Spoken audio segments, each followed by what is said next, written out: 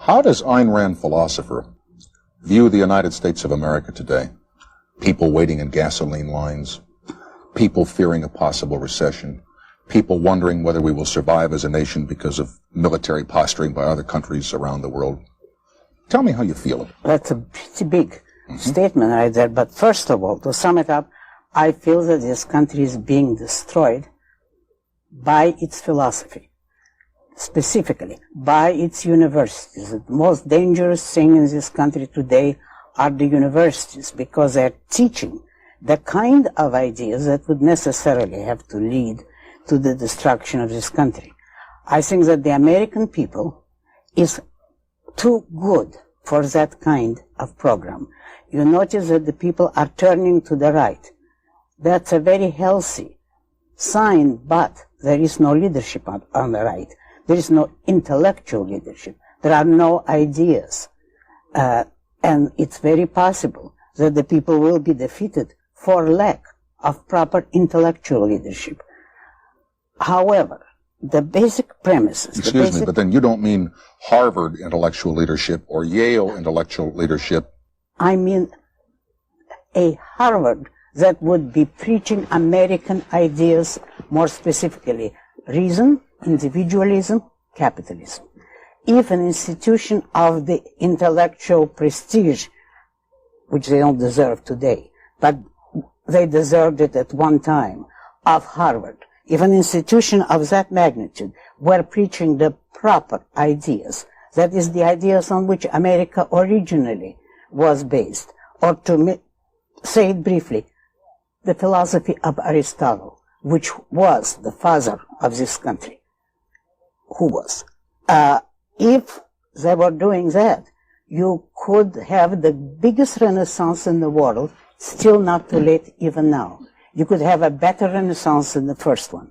This country would come back to life.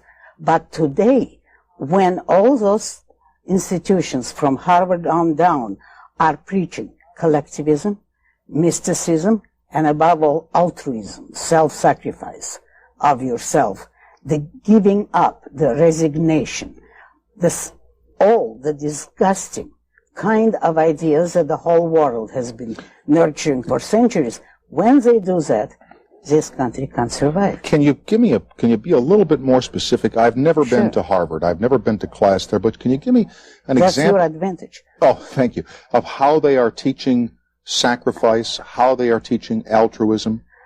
Well, open daily paper and look at Mr. Carter, a very peculiar creature, who is telling you that we're going to overcome the oil shortage by driving less, by giving up. Let us all make a sacrifice. Let's lower our standard of living, and we'll all be living better. Now, is that a proper philosophy to tell a country that has pride and self-esteem? At one time, with all the faults in American intellectual equipment, and there were a lot of faults, at least people were taught pride in their own country and in the good aspects, the great achievements of this country. Today, you're supposed to apologize to every naked savage anywhere on the globe because you are more prosperous, because you've earned your money. You have to feel guilty and apologize for it, while he hasn't and doesn't intend to learn from you. He just wants your money. That's what we're being taught.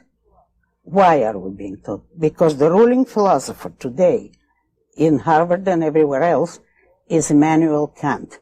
And that's the real villain of our age. It's not Karl Marx. You mean he's the one, huh? He is the one. Kant is the one. Okay. It's not Karl Marx, and it's not even religion. So I do not approve of religion, as you know. But those are not the villains. The villains is Immanuel Kant, who preached that man's mind is not valid, that the things you perceive are not there.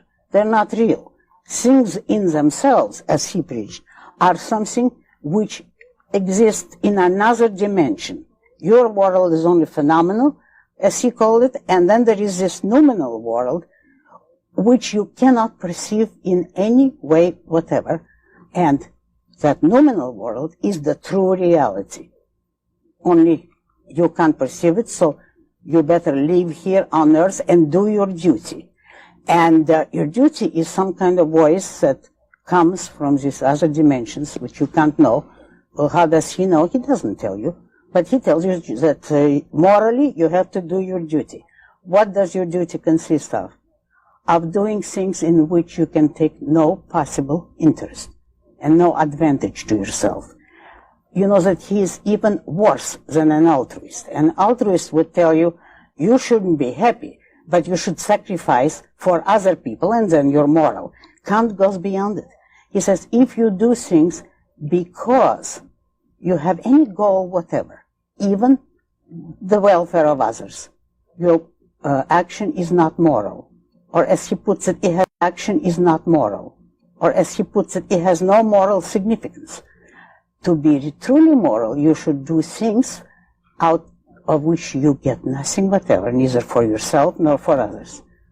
If you can achieve that kind of being a total zero offered for being eaten by any cannibal, then you're moral. Now that's the philosopher who rules today's life.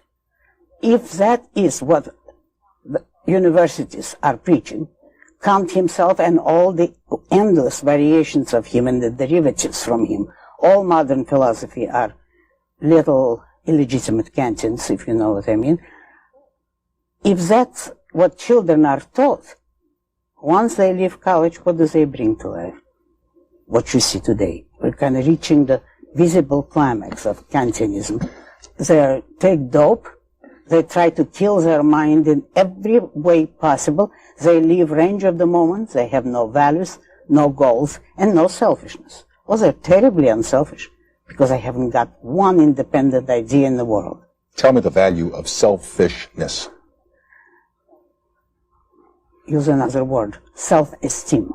The value of selfishness is that you esteem yourself as a value, that you live according to your nature, which means by the judgment of your own mind, and you respect your own mind, you respect your own ability to do the right thing, therefore you respect the possibility of being a morally virtuous person, and you regard yourself as a value worth preserving.